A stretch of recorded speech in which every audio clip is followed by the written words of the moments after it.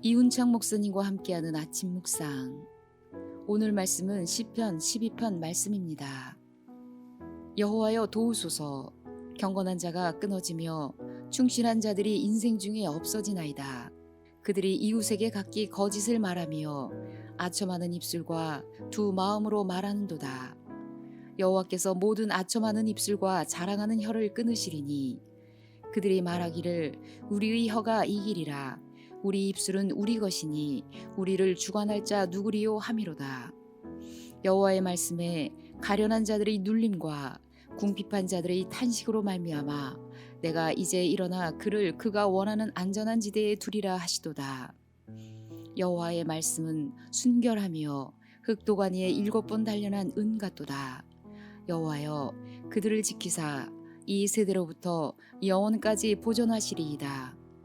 비열함이 인생 중에 높임을 받는 때에 악인들이 곳곳에서 날뛰는도다.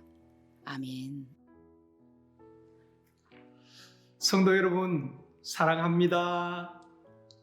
오늘도 하나님의 은혜와 평강이 여러분과 함께 하시기를 기도합니다. 오늘은 시편 12편 말씀을 묵상하면서 함께 은혜 나누기를 원합니다. 시편 12편은 다윗의 시입니다. 1절에 보면은 여호와여 도우소서라고 시작을 합니다. 다윗이 어떤 상황에서 하나님 앞에 어떤 도움을 구하는 기도였을까요? 8절에 보면은 악인들이 곳곳에서 날뛰는 도다 그렇게 말씀하고 있습니다. 세상에 불법이 성행하고 불의한 사람들이 우글거리고 악인들이 곳곳에서 날뛰는 상황 속에서 다윗은 자신뿐 아니라 하나님 앞에 경건하게 사는 사람, 정직하게 사는 사람을 하나님께서 도와주시고 지켜주실 것을 기도하고 있습니다. 세상에 죄악이 관영하고 불법이 성행할지라도 하나님을 경외하고 하나님 앞에서 정직하게 사는 성도들은 하나님이 끝까지 함께 하시고 지키시고 보호하시며 최후 승리 얻게 하여 주실 줄 믿습니다. 악인들이 어떻게 다윗을 힘들게 하고 괴롭게 하였을까요? 2절에서 말씀합니다. 그들이 이웃에게 각기 거짓을 말하며 아첨하는 입술과 두 마음으로 말하는 도다 라고 말씀하고 있습니다. 악인에게는 몇 가지 특징이 있습니다. 첫 번째는 거짓말을 한다는 것입니다. 거짓말로 사람들을 이간시키고 수군수군하고 험담하기도 하는 것입니다. 거짓말은 사단이 하는 것입니다. 그래서 사단은 거짓말장이요 거짓의 압이라고 말하고 있습니다. 오늘날도 많은 이단들은 거짓말로 성도들을 미혹하고 있습니다. 성도들은 어떤 경우에도 거짓말이 아니라 하나님 앞에 정직하게 살아가야 하는 것입니다. 그런 사람을 하나님께서 도와주시는 것입니다. 또 악인의 특징 가운데 하나는 아첨하는 말을 한다는 것입니다.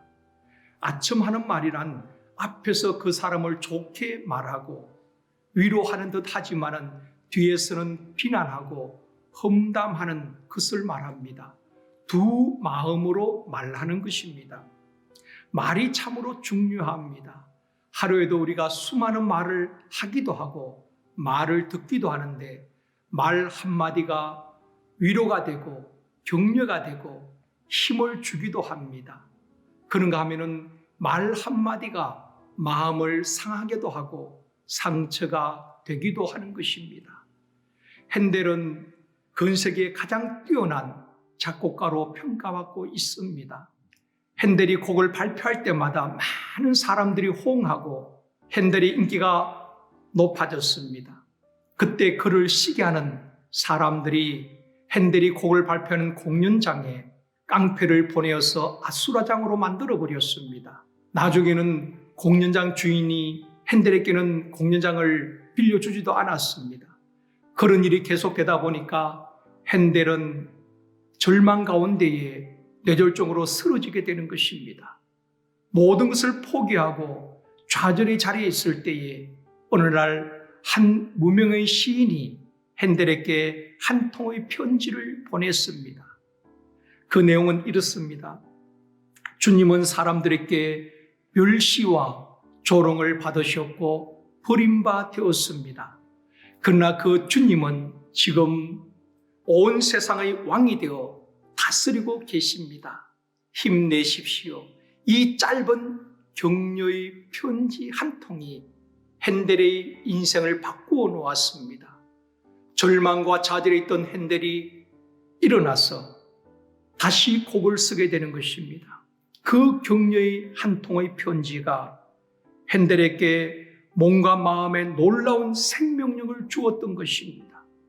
그렇게 해서 하나님 주신 영감으로 불후의 명곡인 메시아를 작곡하게 되는 것입니다. 사랑하는 성도 여러분, 오늘 하루도 가까이 있는 가족들에게, 내 주변에 있는 사람들에게 사랑한다고, 고맙다고, 미안하다고 따뜻한 한마디 말을 건네보는 것이 어떨까요? 여러분의 그 말 한마디가 주변 사람들에게 위로와 격려와 힘이 되어지기를 원합니다. 5절도 보면은 여호와의 말씀에 가련한 자들의 눌림과 궁핍한 자들의 탄식으로 말미암아 내가 이제 일어나 그를 그가 원하는 안전한 지대에 두리라 하시도다 라고 말씀을 하고 있습니다. 이 세상에 안전한 지대가 있을까요? 지금 전 세계가 코로나 바이러스로 인하여서 위험지대에 놓여 있습니다. 나라마다 도시마다 폐쇄하고 문을 닫고 가지도 않고 들어오지도 못하게 막고 있습니다. 이 세상 어디에도 안전한 나라, 안전한 지대는 없습니다. 그러면 하나님께서 말씀하시는 안전한 지대가 어디일까요?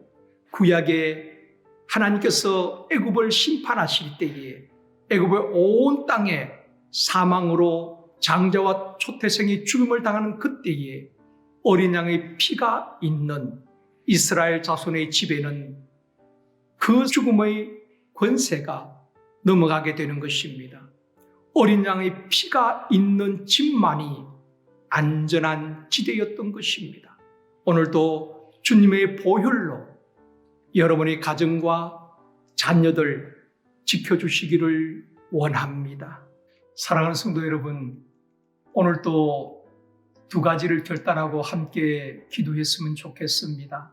오늘 하루도 더러운 말이나 거짓말은 하지 않게 하여 주옵시고, 가족이나 주변 사람들에게 따뜻한 말을 하고 덕을 세우는 말을 하고 듣는 사람들에게 은혜를 끼치는 말을 하며 살겠다고 결단하고 오늘 하루 그렇게 살아갈 수 있기를 원합니다. 또 한 가지는 주님의 보혈로 우리 가정과 자녀들, 교회와 이 나라와 민족, 세계 열방을 덮어주소서. 그리하여 전염병이 속히 종식되게 하여 달라고 기도할 수 있기를 원합니다. 이 아침에 기도 제목을 드리겠습니다. 오늘도 입술에 파수꾼을 세워주시옵시고 듣는 사람들에게 선한 말을 하고 덕을 세우는 말을 하고 은혜를 끼치는 말을 하게 하여 주옵소서. 또한 나와 자녀들, 가정과 성도들에게 주님의 보혈로 덮어주셔서 하나님께서 지키시고 보호하시는 안전지대가 되게 하여 주옵소서. 이런 기도 제목을 가지고 함께 기도할 수 있기를 원합니다.